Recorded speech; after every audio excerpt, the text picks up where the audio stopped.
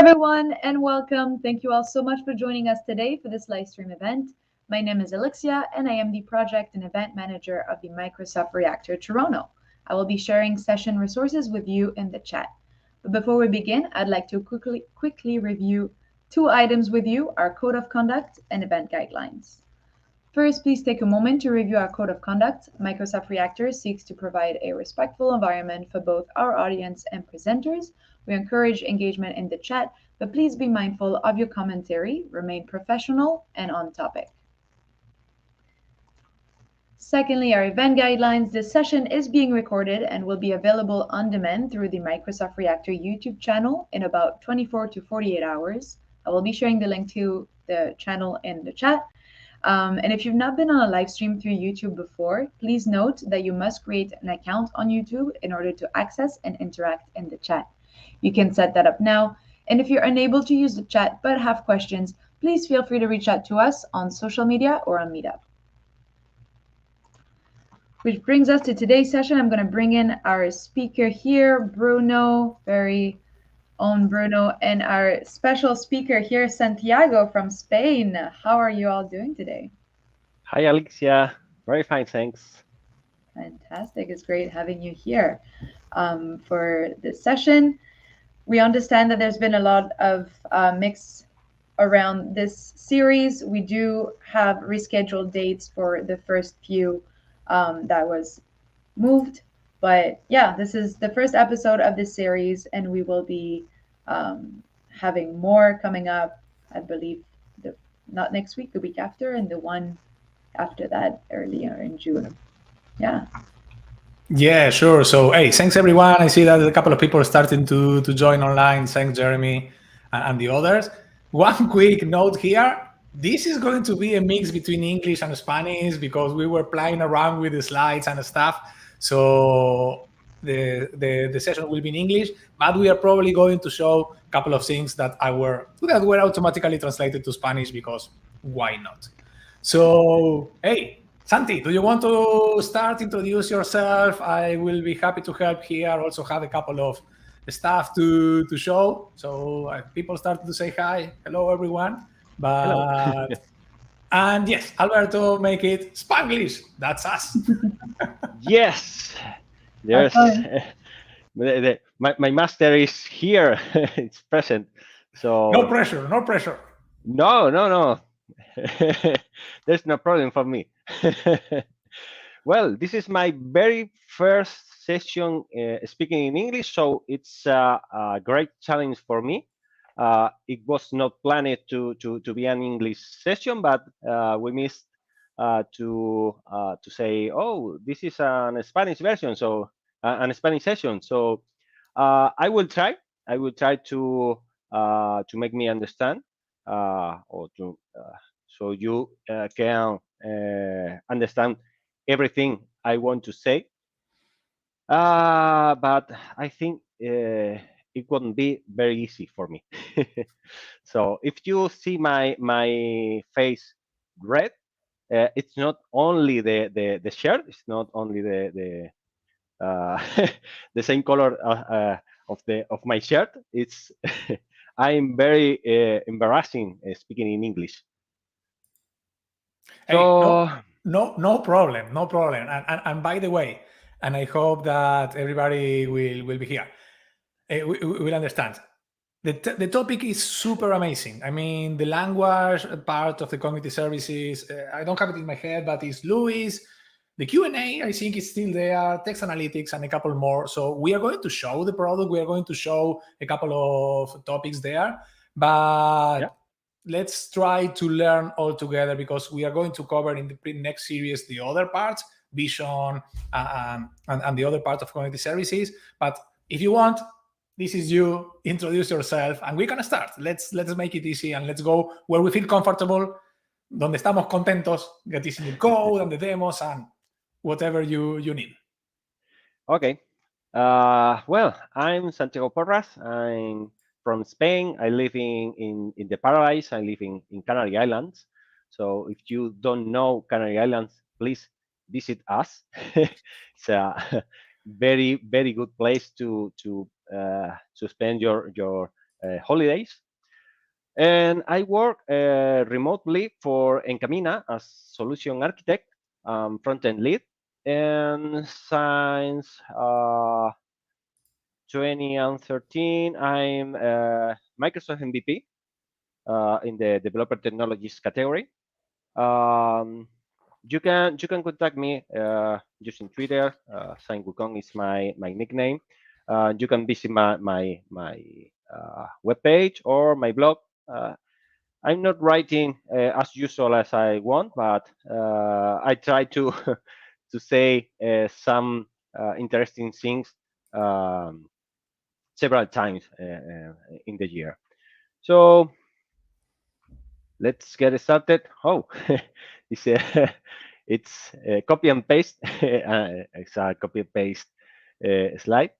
This is the agenda. We're gonna talk about artificial intelligence, cognitive services, and we could see some samples, not only using code, but using the cognitive services studio, the language studio.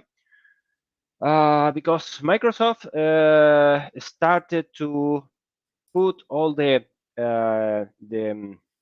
services grouped in some studios, taking its category as a I don't know how to say, as a way to use only one studio, because some time ago we had a single studio for every services, for every service. But now they started to group them in the same category. So what is artificial intelligence? Well, it's very difficult to it's very difficult to explain what is artificial intelligence, but we can summarize it in these sentences. The artificial intelligence is the simulation of human intelligence using machines. So we try to put in our machines some technology which could think as a human would do. So that's a simple way to define what is artificial intelligence. Artificial intelligence is for everyone. That's a very good question. I always have the same answer for everyone. In the past, artificial intelligence was for only a few group of people who knew to use Python and to use complex algorithms. But since Microsoft released the cognitive services, artificial intelligence could be for everyone, because I don't know anything about artificial intelligence models. I don't know anything about machine learning, but I can use artificial intelligence in my development. I can translate, I can develop bots to interact with humans. I can develop applications to understand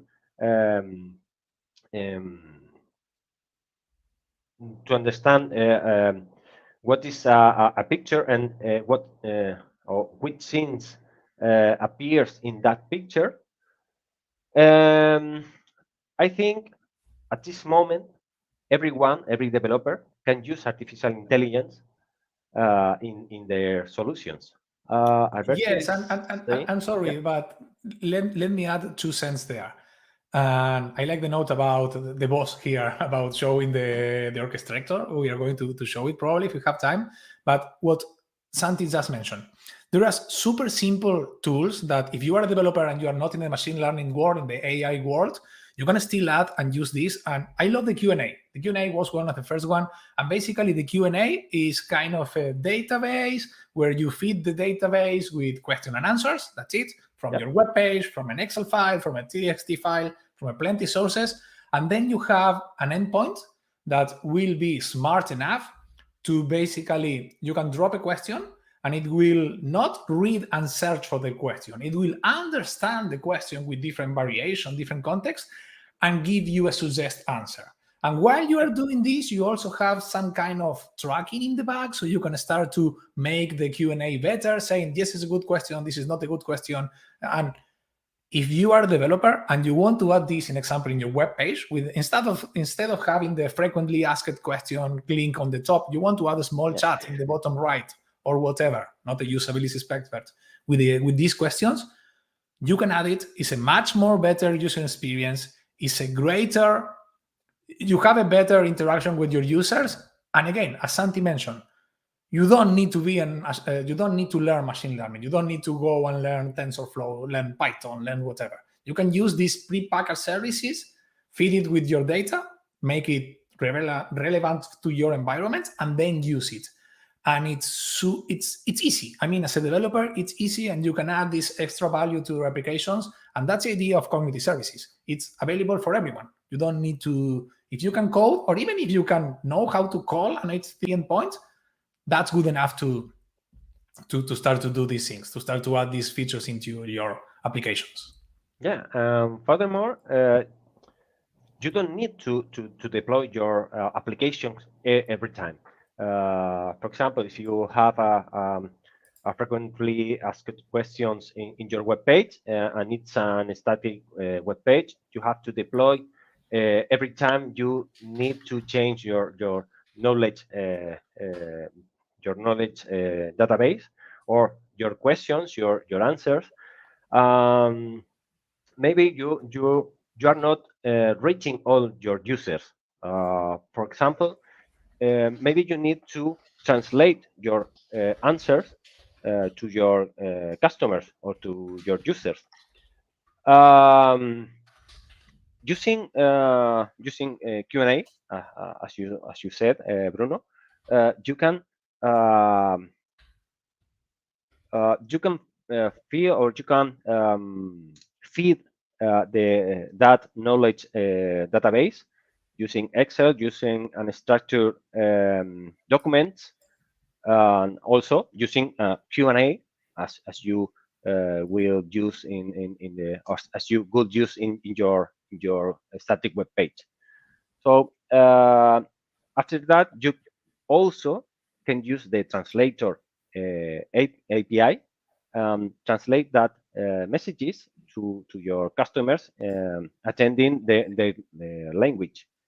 So you can combine all the services just to interact with your users in a best way or more like a human. So let me pass some slides because we were talking about those things. Let me focus on language services. Language services is divided in 5 different categories: entity recognition, sentiment analysis, question answering, language understanding. This is the all named Luis. I prefer to to keep naming it Luis because it's more comfortable for me. Luis means language understanding intelligence service. Finally, we have the translator text. The translator text some time ago was categorized as a Bing services, maybe. I don't Yes, remember at yes, all. it was part of the of Bing. Now it's language. Makes sense. Yeah, I think this recognition is better than the other. And well, in entity recognition, we try to identify and extract all the key phrases and all the key terms from every sentence from large text, and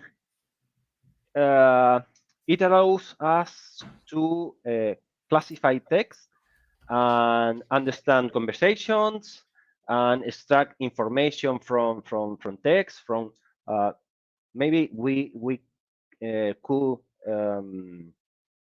analyze an entire book. Well, it's not real at all, but you can analyze large text with several pages. So you can analyze, for example, chapters of a book and extract all the information from that book. So entity recognition allow us to understand better that content, but not reading us that content, just using cognitive services. Sentiment analysis allows us to analyze what a person is saying about something, and try to analyze if it's positive or negative in a simple way. And sentiment analysis uses the entity recognition. It's a preconfigured model just for this scenario. I don't know if I'm saying it right, Bruno. Sorry, I was on mute. Yes, you are right. And what I am going to also suggest to people, and we are going to share it right now. For me, one of the best ways to learn this kind of stuff is to play around with the language studio that you just mentioned. That now it's there. So the only need we are going to share the link. I think it's going to share. Alexia is going to share the link right now. But if you want to know, before going deep in each one of the services, you can go basically to the language studio and you can start to play around, and you can start. You have a lot of try it out, get started, or whatever. I can't remember the name there. That will help you to get info from, do some entity recognition, text analysis, or even translation. And if you are an interactive I'm going to show it later. Perfect. If you are an interactive person, go for that. Go there, because it's a great place to it's a great way to learn. Yeah. So the next category is question answering. As we were talking about before, it allows us to create frequently asked questions for our solutions. We can create manuals. I don't know if manual is the best word for this. Finally, we have the language understanding. It allows us to create or to understand language and to create applications which can communicate with humans as bots. A bot is a perfect example for this category. When you want to develop a bot, you maybe need this service just to communicate with people, not only a simple bot who has preconfigured answers for a limited number of questions. Just if you want to have a bot who can communicate as a human could do, you need this service. It's available as in 96 languages, and the translator text, as its name is telling us, allows us to translate text, not only simple sentences, just complex text. And it's available in more than 100 languages. Which languages can I use to work with cognitive services? Well, I could say every language, because we have some SDKs for C#, for Java, for Python, for JavaScript, but also we have a REST API, and we can use that API to interact with cognitive services. So we can develop applications using almost every development language. Let's talk about the studio. Let me share my browser.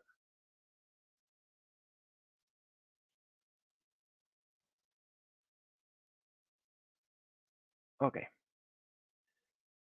This is a studio. Okay, this is a studio for language service. When you enter here for the first time, you have to configure your subscription, and after that, you can navigate along all the examples. For example, we have these striking phrases. You can select the language. There are not too many languages for this example. You can write your own text or load one of these preloaded texts. And just to analyze this text, you have to mark this terms of service check and then run. And here you have the result for this analysis. These services can tell us which are the key phrases for this text. We have a Contoso Food Place, Downtown Seattle, Dinner Party, Spot. Those are the key phrases. And you can see the JSON. This JSON is the same JSON you could receive when you use this service from your application. So these are the key phrases, and you have more information. If you have some warnings, you could see them here, or some errors. More examples. For example, stack named entities. Once again, I can load this text and run the example, and you have this analysis. You have an organization, Contoso, with a confidence of 66%. It's a very good confidence. Some locations, Food Place, Seattle. Food Place is not, the system is not sure at all if this is a location. But for example, for Seattle, we have a 92% of confidence. So the system can determine that Seattle is a location. We have a date time last week. We have an event, a dinner party. We have person type. It's a chief cook. Yes, Another person and also sorry to type, interrupt there, but owner. just to add a couple of Also, notes here and show how amazing is this. you have some other entities. Those are built in this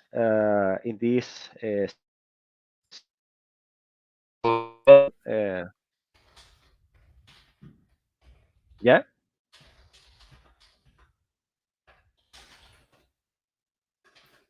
Hear me? You're cutting off. Your audio is broken. I think we lost Santi. My laptop is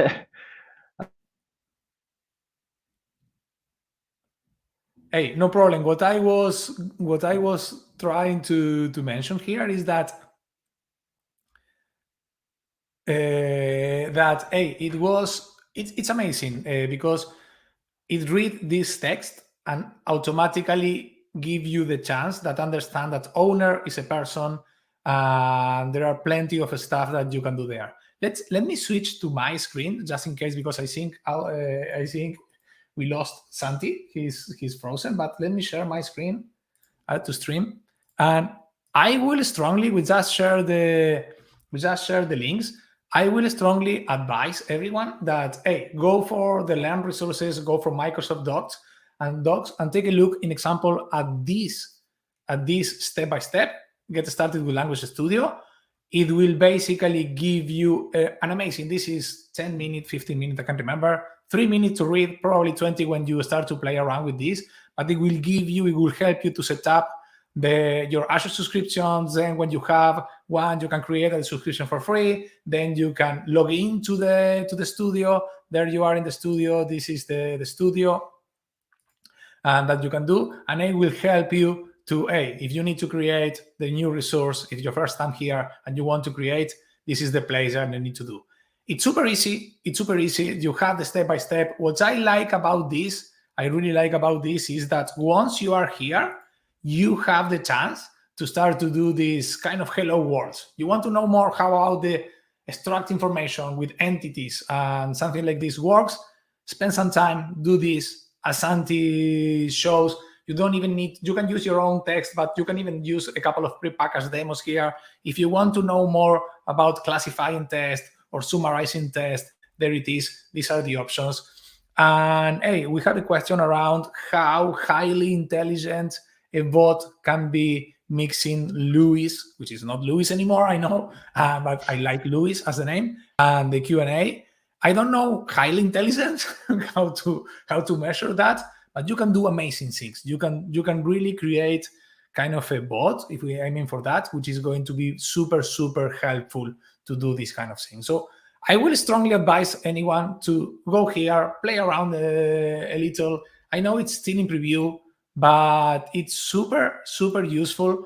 Play around here with the language. We are almost at the end of the time. And if I think with Santi, if we need to ask you something at the end of this, go here, take a look at a couple of the Learn links that we share, but play around with this because the services are great, are amazing. So Santi, are you back? Yeah. Perfect. Yes, your audio was starting to grow. I think so.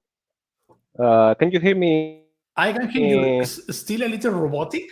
Again? But there, I think we are back. Yeah. Well, I think let me change my microphone. One moment, please.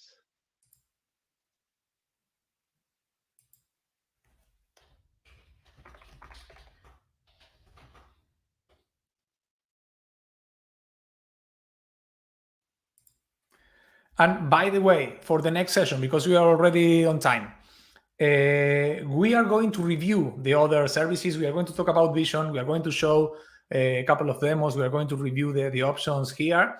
This is going to be next week. No, because we have Build, so everything is focused on Build. But on the May the 30th, we are going to do a session around the services that we have in Vision. And in the meantime, we also want to ask you if you have a couple of seconds to basically go here to the survey link that we are sharing right now and try to help us to do our works better. We really want feedback to do this, do that. This is the topic that we want to share. I will have this question in the back to see how we can reply this. Promise to do this in the next session. I will have this for the next one. So I am not going to try to pronounce your name, and Krishnan. I hope I make it right. But let's also focus on this. And hey, if you want to join us, this is our YouTube channel. This is our Twitter channel. Santi, you're back. Yeah, I'm back. Perfect. Yes, can you perfect. hear me fine? I can hear you fine. Yes, we are wrapping up. Mentioned that in 2 weeks we're going to talk about Vision. And thanks a lot for being here, and congratulations, your first English sessions. Yes, thank you. And also double congratulations, because this was kind of unplanned. It was a misunderstanding. So I really, really appreciated the effort, and I like it. It was fast. It was amazing. Yes, it was a very good challenge for me. Now I can say I was speaking in English, so I have no excuses to do it again. So we are doing it again in English a couple more times, that's for sure. Yeah. Okay, everyone, thanks a lot. See you next one. Goodbye. See you.